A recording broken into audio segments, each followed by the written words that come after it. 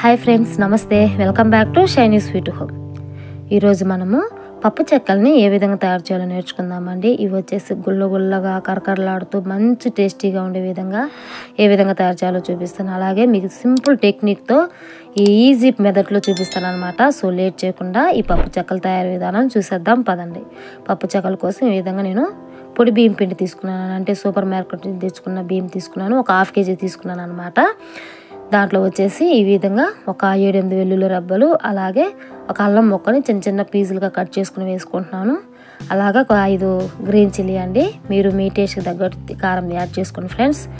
ఇప్పుడు వీటిని మెత్తగా గ్రైండ్ చేసుకుందాం. చూడండి, ఈ విధంగా గ్రైండ్ చేసుకుని ఈ పేస్ట్ని ఈ బియ్య పిండిలో వేసేసుకుందాం. అలాగే 1 టేబుల్ స్పూన్ సగ్గుబియ్యం అండి. నేను 1 గంట ముందు నానబెట్టుకున్న సగ్గుబియ్యం, అలాగే 1 గంట ముందు నానబెట్టుకున్న పెసరపప్పు అనమాట 1 టేబుల్ స్పూన్. అలాగే ½ టేబుల్ స్పూన్ వచ్చేసి వాము, ½ టేబుల్ స్పూన్ జీలకర్ర, సన్నగా కట్ చేసి పెట్టుకున్న కరివేపాకు, అలాగే టేస్ట్కి సరిపడా సాల్ట్. ఇప్పుడు వచ్చేసి ఒక 2 నుంచి 3 టేబుల్ స్పూన్ నెయ్యి అండి. నెయ్యి బదులు మీరు బటరు లేదంటే వేడి ఆయిల్ అని వేసుకోవచ్చు, డాల్డా అయినా వేసుకోవచ్చు. నేనైతే నెయ్యి వేసి చేసుకుంటున్నాను. ఈ విధంగా మిక్స్ చేసుకొని వేడి నీళ్ళు పోసుకోవాలండి. వేడి నీళ్ళతోనే ఇది ముద్ద పిసుక్కుంటే మనకి పప్పు చెక్కలు బాగా వస్తాయన్నమాట. ఈ విధంగా ముద్దలాగా చేసుకోవాలన్నమాట. చూడండి, మెత్తగా సాఫ్ట్గా రెడీ చేసుకోవాలి ముద్దని. ఇప్పుడు ఇలా రెడీ చేసుకునే ముద్ద పైన మూత పెట్టేసి ఆరిపోకుండా ఒక 15 నిమిషాలు వదిలేద్దాము. ఒక 15 నిమిషాల తర్వాత ఈ విధంగా ఒక బటర్ పేపర్ తీసుకుంటున్నాను. అంటే ప్లాస్టిక్ పేపర్ అంటారు కదా, దాన్ని తీసుకోవాలన్నమాట. దానిపైన కొంచెం ఆయిల్ అప్లై చేసుకోవాలండి. ఇలా అప్లై చేసుకొని చిన్న చిన్న బాల్స్ లాగా రెడీ చేసి చూపిస్తాను. నేను వచ్చేసి ఫస్ట్ మెథడ్ చూపిస్తున్నాను అనమాట. ఇది చాలా మంది చేసి చూపించారండి మీకు. మరలా నేను ఒకసారి చూపిస్తున్నాను ఈ మెథడ్. ఈ విధంగా రెడీ చేసుకున్న బాల్స్ని ఈ విధంగా పెట్టేసుకొని ఈ ప్లాస్టిక్ కవర్ని ఈ విధంగా ఫోల్డ్ చేసుకొని ఏదన్నా చూడండి ఫ్లాట్గా ఉండాలన్నమాట. ఒక చెంబు లేదంటే ఒక గిన్నెతోనో ఈ విధంగా ఒక కప్తోనే ఈ విధంగా చేసుకోవచ్చు. ఇది వచ్చేసి ఫస్ట్ మెథడ్ అనమాట. చూడండి, ఈ విధంగా అయినా బాగానే వస్తాయండి పప్పు చెక్కలు. ఈ విధంగా చేసుకున్నవి ఒక ప్లేట్లో షిఫ్ట్ చేసుకుందాం. ఇప్పుడు వచ్చేసి మీకు సెకండ్ మెథడ్ చూపిస్తాను. సేమ్ మరలా కొంచెం ఆయిల్ అప్లై చేసుకుందాం ఈ పేపర్కి. అలాగే ఇంకొక ప్లాస్టిక్ కవర్ తీసుకొని దానిపైన కూడా కొంచెం ఆయిల్ వేసుకుందాం. ఇలాగ ఆయిల్ వేసుకొని మొత్తం బాగా స్ప్రెడ్ చేసుకుందాము. ఈ ఆయిల్ని పేపర్కి బాగా అప్లై చేసుకొని పెద్ద ముద్ద ఒకటి తీసుకోండి.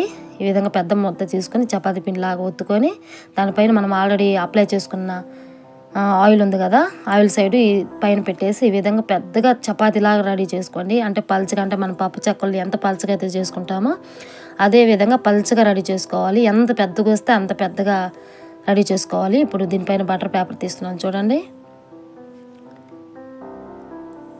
ఇప్పుడు నేను ఇది ఒక బౌల్ తీసుకొని ఈ విధంగా ప్రెస్ చేసుకుంటున్నానండి. మీరు మీకు నచ్చిన సైజులో బౌల్ తీసుకోండి. అంటే పెద్దగా కావాలనుకుంటే పెద్ద బౌల్ తీసుకోండి. నేనైతే మినీ చెక్కలని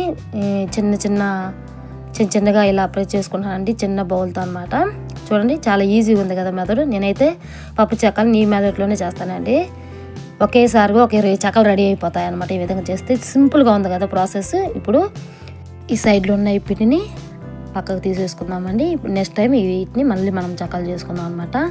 మనకి ఏమైతే ఈ సర్కిల్ షేప్లో ఉందో చెక్కలు ఈ మాత్రమే మనకి ఇప్పుడు కావాలన్నమాట. చూడండి, ఈ విధంగా ఒకేసారి ఒక 20 చెక్కలు రెడీ చేసుకోవచ్చండి. చాలా సింపుల్గా ఉంటుంది, చేసినట్టే మనకు అనిపించదు అనమాట. Easy process. నచ్చిందా ఫ్రెండ్స్? మీకు ఎవరు చెప్పుంటారు కదా ఈ టెక్నిక్. ఖచ్చితంగా ఈ టెక్నిక్ ఫాలో అవ్వండి. మీకు రౌండ్ షేప్లో ఒకే సైజులో వస్తాయన్నమాట చెక్కలు. నేనైతే ఎప్పుడు చేసిన ఇదే మెథడ్లో చేస్తానండి చెక్కలు. ఇప్పుడు ఈ విధంగా తీసేసుకొని వీటిని మనం వేడి ఆయిల్లో వేసేసుకుందాం. బాగా కాగిన ఆయిల్లో వేసేసుకుందాం. మీడియం ఫ్లేమ్లోనే కాగిన తర్వాత మీడియం ఫ్లేమ్లో పెట్టుకుని వీటిని ఫ్రై చేసుకోవాలండి. అప్పుడు ఇవి బాగా కుక్ అవుతాయి అన్నమాట. మనకి బాగా క్రంచినెస్ వస్తాయి అన్నమాట. హై ఫ్లేమ్లో ఫ్రై చేసుకుంటే మాడిపోతాయి. చూడండి, ఈ విధంగా ఫ్రై చేసుకుందాం. 2 సైడ్స్ బాగా ఫ్రై చేసుకుందాం. ఒక 50% ఫ్రై అయితే సరిపోతుందండి. నేను ఇక్కడ ఒక మీకు చిన్న టిప్ చెప్తున్నాను అనమాట. సీక్రెట్ టిప్ అండి ఇది.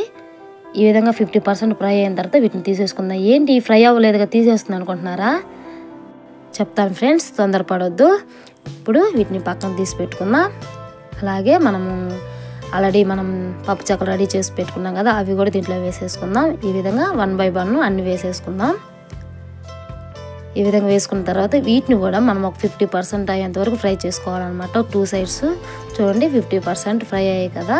ఇప్పుడు దీంట్లో ఆల్రెడీ మనం ఇందాక ఎత్తి పెట్టుకున్న పప్పు చెక్కలను కూడా వేసేసుకుందాం.